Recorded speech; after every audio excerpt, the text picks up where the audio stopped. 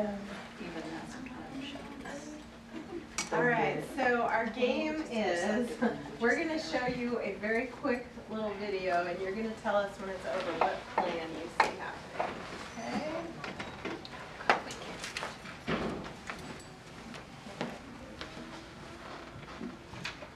Oh shoot, hold on. I have to plug in the audio.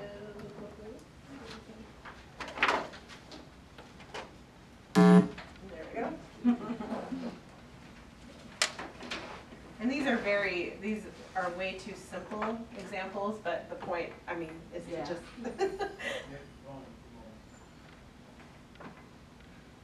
I'm getting tired of arguing with you about brushing your teeth. I'm not spending good money on the dentist just because you won't brush. So from now on, no TV at night until your teeth are brushed. Well, I'm not brushing them. Not until you buy me toothpaste I like. The toothpaste is fine. You know the plan. Now you go and do it. Why don't you ever listen to me? I'm done listening. No brush teeth, no TV. Well, I guess you don't have dirty teeth then. Well, fine. Suit yourself. Yeah. What did you see that made that an A? He wasn't reasoning. Yeah, he's pretty much just saying it's got to be this way. It doesn't matter how you feel. I'm frustrated. You keep saying it's a toothpaste, and I don't care. We have to just do this. I'm done, he said. It seems like in there, it right? seems like, and I like to put context behind this, is that this is probably a problem that has come up over and over again. Yeah. So. Exactly. All right. Next up, we revisit the teeth situation. It's so condensed. It's time to brush your teeth. I'm not brushing my teeth. Okay. See. Okay. What would I mean, when I do Plan Cs, I really like, and you don't have to do it this way, but I think it's like, okay, well, we'll talk about this later. I think that's always nice to kind of put that Well, out okay, there. so let's make up some parts to this story here. Why might the dad just be like, you know what? He's tired. Yeah. Fine, don't brush your teeth. Have stinky breath. I don't care. I don't you know. care. I don't give none. Yeah. Or maybe he's thinking, we'll talk about it like later at a not toothbrushing time. Yeah. You know. So yeah. And then obviously this one's going to be Plan B. Right? And we're going to play it through and then we'll break it down. Yeah. Because I want to point out all the different steps that are happening. So I've noticed we've been spending a lot of time lately arguing about you brushing your teeth. But I'm not really sure why. What's up with that? I don't really like the way the toothpaste tastes. It tastes terrible. Don't like the toothpaste. Well, we've had that problem before. But I thought you liked the new toothpaste. Well, I did, but I don't anymore. Okay, so the new toothpaste doesn't taste good anymore, and that's making you not want to brush your teeth. Yep. All right, I'm not saying you have to use a toothpaste you don't like. The thing is, we've been through a lot of different toothpaste trying to find one you do like, and you haven't really liked any of them. And I'm concerned that if you don't brush your teeth, you're going to get cavities, and we'll have to spend a lot of money at the dentist. So I wonder if there's something we can do about the taste of the toothpaste so that you'll still brush your teeth and not get cavities. Do you have any ideas? Well, I could brush my teeth without toothpaste. That's an idea. You wouldn't use any toothpaste at all? Uh-huh. And you'd still brush your teeth without me having to get after you about it? Yep. Well, you might still need to remind me. Well, I don't mind reminding you. It's the reminding you 10 times and then we argue about it. Let me see if this idea works for me. I mean, I certainly would be happy about your teeth getting brushed more often. I don't know how happy I'd be about the no toothpaste part. But then the dentist did say that brushing is more important than using toothpaste.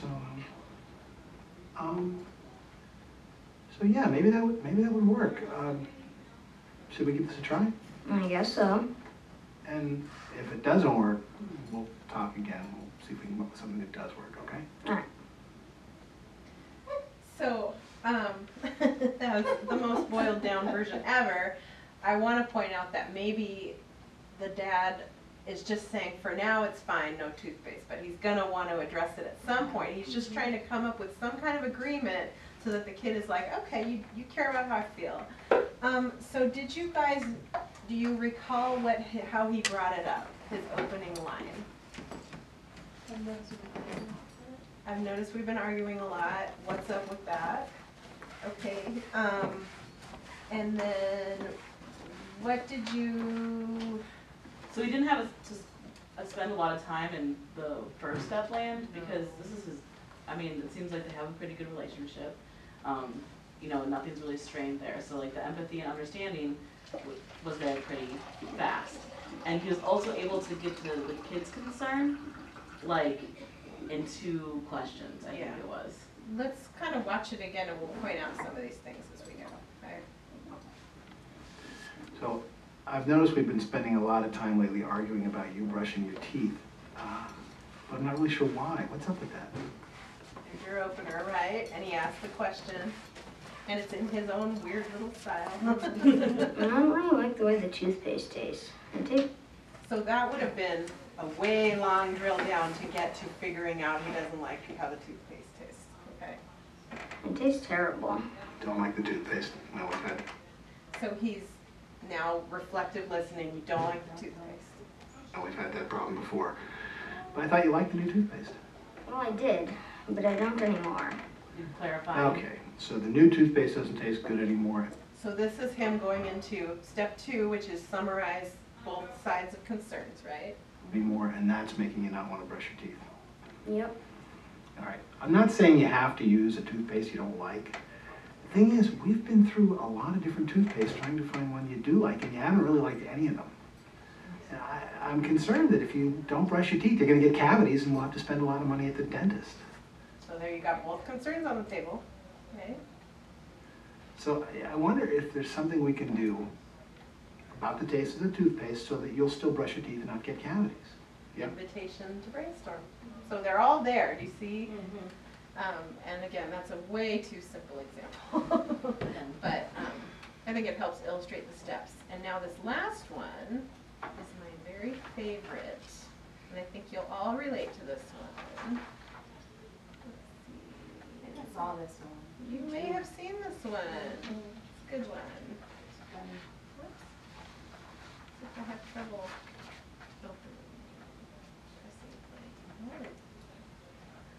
pressing play. Remember that fishing trip last year? Annual fishing trip? Christian catches a 3-pound bass. He was like, That was so cool.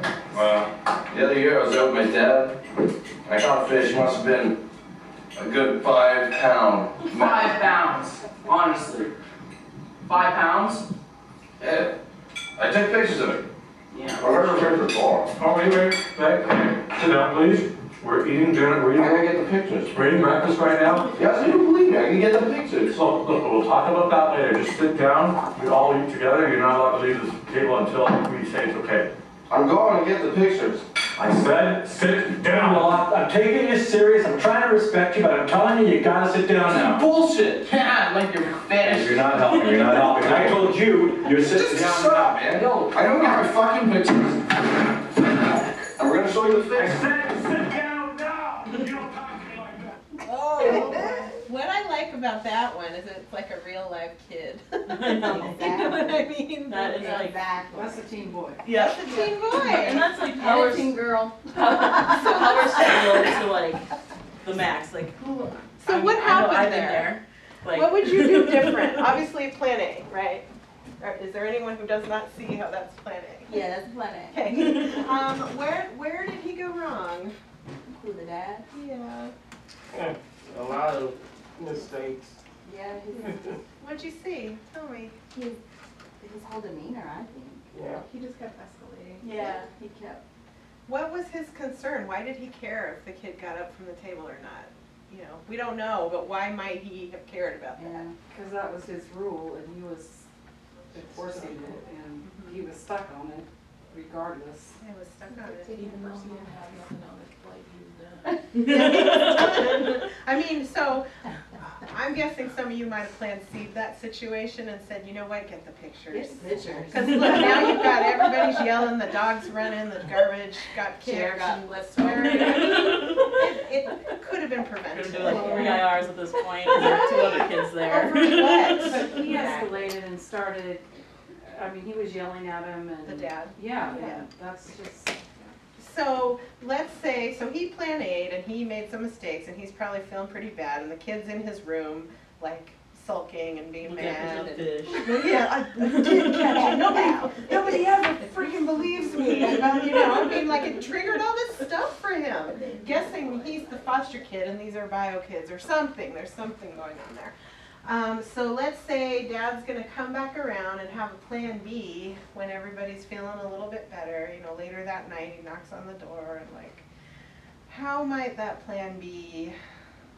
Apologize. Yeah, I would say first of all apologize, own your part of it, right?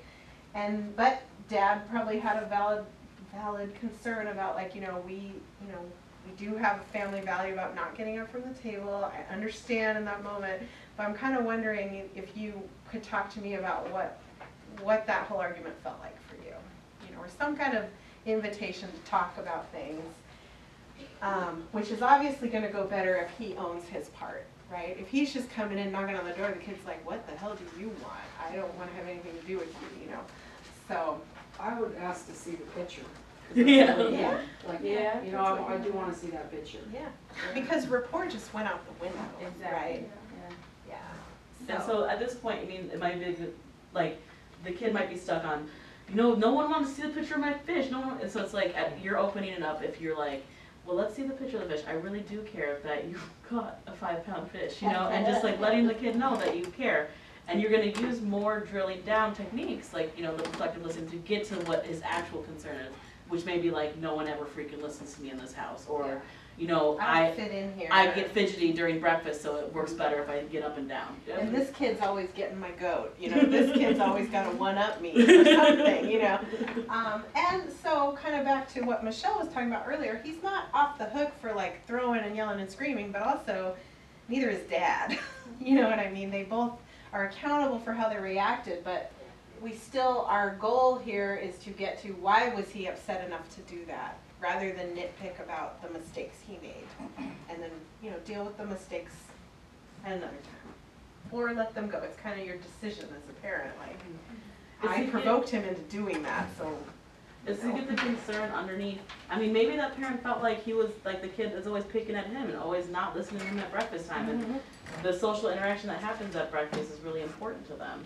So, it could go that way too. But what we care about in that moment is understanding, getting a clear understanding of what's going on in that kid's head.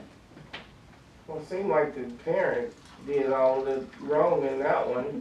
I don't know. To me, the kid didn't really do nothing until the guy kind of demanded him to sit down, and he just wanted the picture. Yeah. So he just wanted to prove his point. And how hard would that be if the It wouldn't pictures be are hard at just all, Well, just let him go get the picture. And the other kid too, the dad let him just kind of, like your fish, go on, with his kid too, so he was feeling attacked by everybody. Yeah. And then you've got your fight or flight, like he Right. jumps up and there you go, he's gone, you lost him. You can watch it happen, right? You can watch him losing him. So that's actually our last video. What were you gonna say? Because what we told the last class is that we want you to, practice your Plan B conversations. Like last week, we asked you to start just step 1, and we'd like you to kind of now continue on with step 2 and 3. And so what I'd like you to do is bring in your log notes. Like think of, if you didn't try step 1, think of a time where you plan A or plan C the situation, and let's now approach it. And this is stuff that you're going to be logging anyways. These are interactions that you are going to be having. So let's bring in your log notes so we can talk about how it went. And if you don't have replacement. You know what? We can use T. We'll just talk about her. Is that okay? And No. I want to make sure you guys feel confident leaving and maybe trying some of these things. So if you want to practice a little bit, or we can use some real life examples and talk about your kids, and you can kind of take turns. Like, I was actually thinking about your kid, especially LaShonda, is like, I was like, oh man, I want to be there, like, or like, I want you to feel empowered that you can go and have this conversation with her. And have you kind of thought about how you're gonna approach her at all in terms of like trying to do a plan B with her?